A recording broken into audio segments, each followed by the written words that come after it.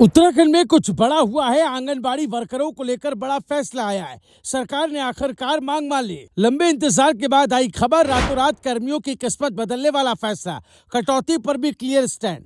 उत्तराखंड एक ऐसा राज्य जहां पिछले कई महीनों से सड़कों पर गूंज रही थी एक आवाज, सम्मान चाहिए, हक चाहिए, मेहनत का पूरा दाम चाहिए।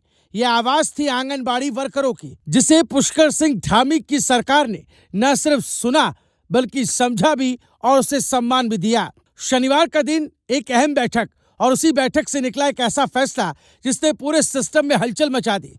मुख्यमंत्री पुष्कर सिंह धामी ने आंगनबाड़ी वर्करों के लिए प्रतिदिन 140 रुपए मानदेय बढ़ाने पर अपनी मुहर लगा दी है। जी हाँ, 140 रुपए रोजाना, यानी महीने के हिसाब से देखें तो हजारों रुपए की सीधी बढ़ोतरी। लेकिन कहानी यही खत्म नहीं होती, क्योंकि इस फैसले के साथ एक और बड़ा डर भी खत्म कर दिया गया।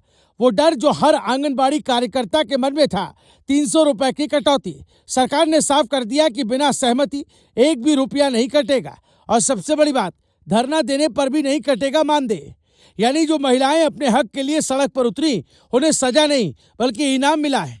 लेकिन सवाल ये, क्या ये फैसला अचानक लिया गया या इसके पीछे था एक लंबा दबाव, लगातार प्रदर्शन और एक संगठित रणनीति?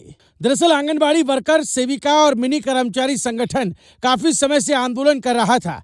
धरना, प्रदर्शन, ज्ञापन, हर स्तर पर अपनी आवाज उठाई गई, और आखिरकार प्रदेश अध्यक्ष रेखा नेगी के नेतृत्व में एक प्रतिनिधि मंडल ने सीएम से मुलाकात की। बैठक में सिर्फ मांगे नहीं रखी गई, बल्कि सरकार को यह भी दिखाया गया कि अब पीछे हटने का सवाल ही नहीं। और फिर जो हुआ वो चौंकाने वाला था। मुख्यमंत्री ने न सिर्फ मांगों को सुना, बल्कि तुरंत अधिकारियों को आदेश भी दे दिए, कार्रवाई अभी करो और तुरंत करो। यानी फाइलों में दबने वाला मामला सीधे एक्शन मोड में चला गया। और यही वो मोड़ था जहां से आंदोलन ने जीत की तरफ कदम बढ़ा दिया। लेकिन कहानी का एक और पहलू भी है। सूत्रों के मुताबिक केंद्र सरकार की ओर से भी 150 रुपए प्रतिदिन बढ़ोतरी का प्रस्ताव पहले ही भेजा जा चुका है। यानी आने वाले समय में ये बढ़ोतरी और भी ज्यादा हो सकती है। तो क्या ये सिर्फ शुरुआत है? क्या आगे और बड़े फैसले आने वाले हैं? क्या आंगनबाड़ी कर्मियों की पूरी सैलरी स्ट्रक्चर बदलने वाला है? ये सवाल अब भी बाकी है। फिलहाल इस फैसले के बाद एक और बड़ा ऐलान हुआ, आंदोलन स्थगित। जी हाँ, जो आंदोलन महीनों से चल रहा था उसे फिलहाल रोक दिया गया। लेकिन बताया जा रहा है कि ये पूरी तरह खत्म नहीं हुआ। अगर वादे पूरे नहीं हुए तो आंदोलन फिर लौट सकता है, और पहले से ज्यादा ताकत के साथ। बैठक में कई बड़े अधिकारी भी मौजूद रहे।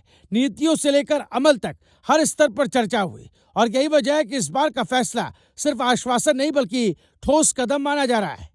सोचिए, वो महिलाएं जो गांव-गांव जाकर बच्चों और माताओं की देखभाल करती हैं, कम संसाधनों में, कम वेतन में, और कई बार बिना किसी सुरक्षा के, आज उनकी मेहनत को थोड़ा सा ही सही लेकिन एक सम्मान मिला।